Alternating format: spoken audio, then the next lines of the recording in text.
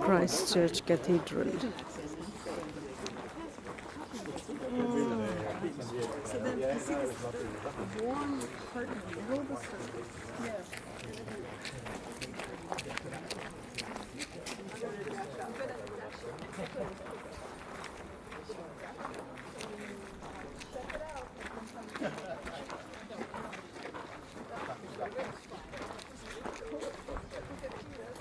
Wow, just look at this tree.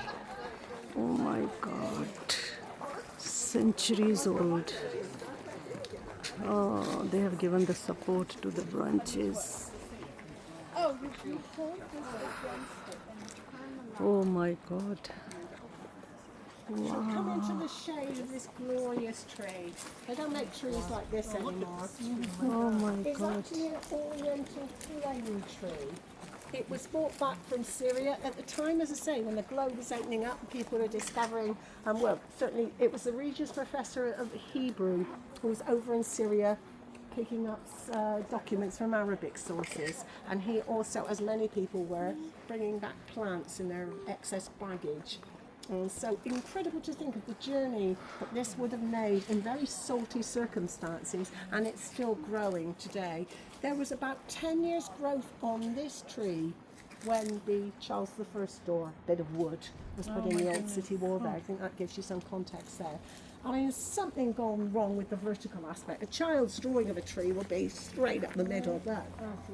Something's gone wrong there. Although it has fused its own handle just up there. It depends which angle are, but you can see it. But we've got something sizable there that might be a mouth, and we've also got lumps which might translate to buttons on a jacket. And if so, you might believe that this is the Jabberwocky, the illustration in the second book about Alice in Wonderland, Through the Looking Glass. That it's related to the tree. It's supposed, I mean, in the sense there's a hole there. I mean, also the fact that the author of Alice in Wonderland, he would have gone to the first Jurassic Park because the discovery of dinosaur bones. Look at this tree, my God.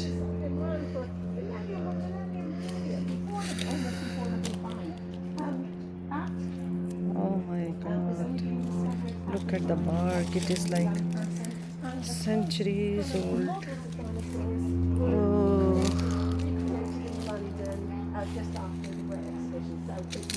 This is our class divided into two groups, and we are having, guided tour of the Christchurch Oxford University College.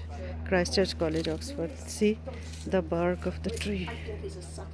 This is historical. ये मुझे घर लेके ना इसको decoration बना लेना चाहिए.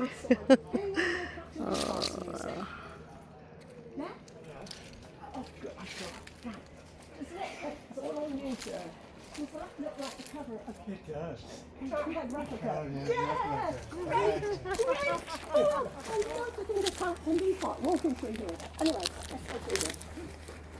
My God. What kind of music is it? This is sort of an experimental 60s psychedelic. Oh yeah? Wild stuff. Yeah, you need to have some pot. Really get into it. It was the only album I could have found. Go ahead.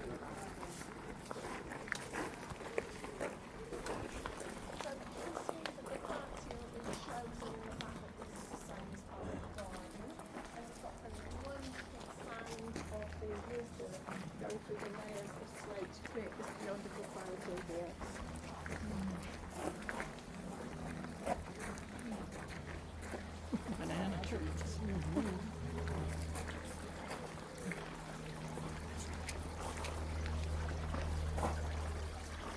Wow, just lovely. What did she say about this?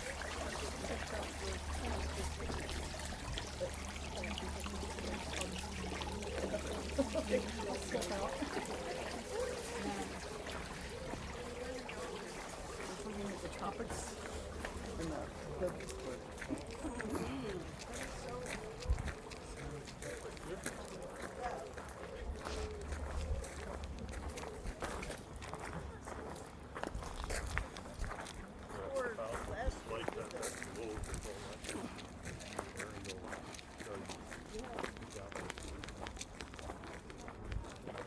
Wow, just look at these flowers. Oh my God. Subhanallah. Look at the colors and the blooming flowers. Summers in Oxford.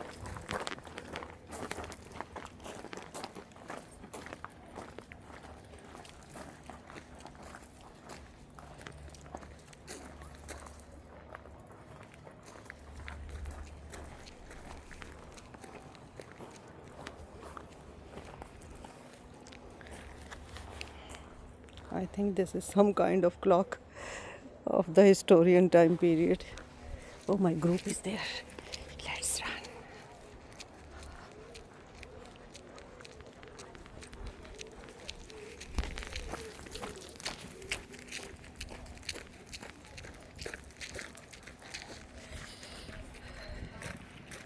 I have brought this with me. Historical bark.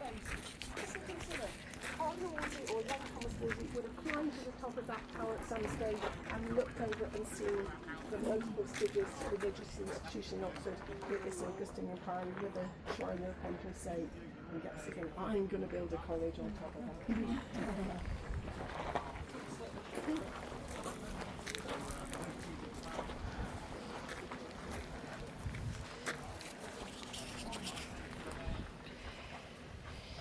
ये भी ये कितना my God, it is so hard, you cannot even take it out.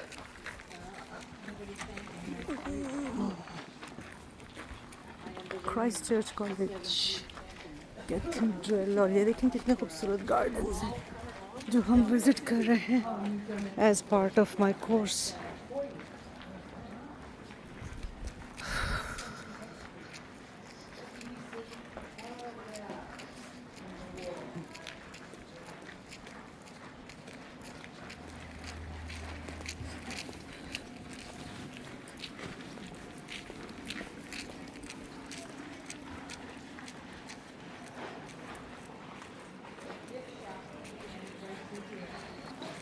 2025 year जो है ये Christ church का 500 year celebration हो रही हैं.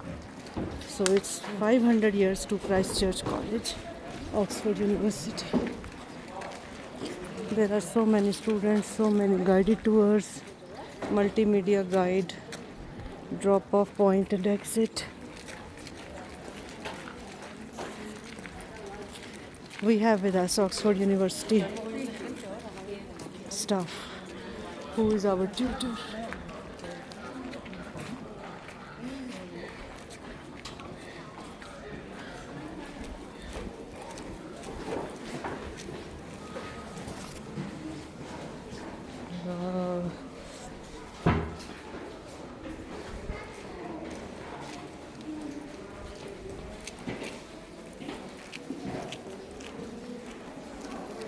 पत्थर भी मैं आपको दिखा रही हूँ कि देखें ये वही हिस्टोरिकल पत्थर है.